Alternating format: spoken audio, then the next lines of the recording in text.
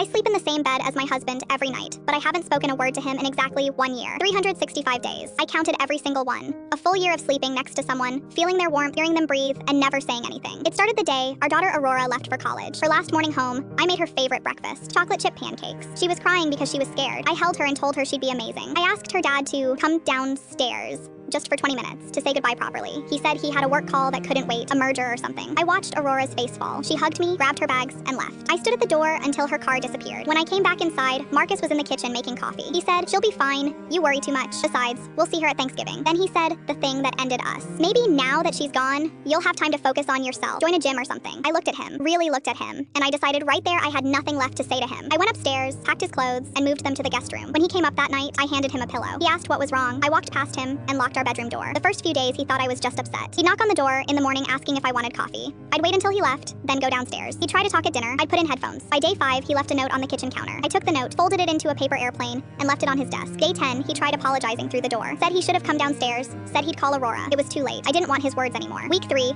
something shifted. He stopped trying to talk. Started adapting. I'd leave his breakfast on the counter before work. He'd do the dishes. I'd do laundry on Sundays. He'd fold it and leave it on the guest room bed. We'd pass each other in the hallway and move like dancers who knew the choreography. Month 2, Aurora called on a Sunday. Wanted to talk to both of us. I sat on the couch, him on the chair. We held the phone between us on speaker. She told us about her classes, her roommate, her life. We both said we were proud. When she asked if everything was okay at home, we both said yes at the same time. First word we'd said in each other's presence. After the call, he looked at me. His eyes were wet. I looked away. Month 4, my mom died. Heart attack. Sudden. I came home from the hospital at 2 a.m. and he was awake in the kitchen. He stood when he saw me. I nodded once. She was gone. He took one step toward me and I held up my hand. He stopped. Then he went to the guest room and came back with a blanket. Put it on the couch. Made tea. Left it on the table. Went upstairs. I slept on the couch that night, wrapped in his blanket, drinking his tea, crying, alone. Month 6, our anniversary, 22 years. He left a card on my pillow. Inside he'd written, "I'm sorry, I love you, I miss you." I put it in my nightstand drawer with the 17 other notes he'd left. I didn't throw them away. Month 7, the furnace died. Middle of winter. He called the repair guy. Cost $1,200. Money was getting tight. I picked up extra shifts at the hospital. Started leaving half my paycheck in cash on the guest room dresser. He never said anything, just took it. We were still a team, just silent. Month 9, Aurora came home for spring break. We both picked her up from the airport. I drove, he sat passenger. Aurora talked the whole way, filling the silence.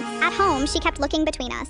Asked if we were fighting. We both shook our heads. The week she was home, we pretended. Sat at dinner together, watched movies, laughed at her stories. After she drove away, we went back to silence. Month 10, I got food poisoning. Violently sick for 3 days. Every few hours, I'd find clean towels outside the door. Ginger ale, saltines, a bucket. He never came in, never spoke, just left what I needed. On day 3, when I made it back to bed, there were fresh sheets and water on the nightstand. Month 11, late at night, I woke up and he wasn't in the guest room. I found him in Aurora's room, sitting on her bed in the dark. His shoulders were shaking. I stood in the doorway, then walked over and sat next to him. Not touching, just close. We sat there for an hour, both crying, both silent.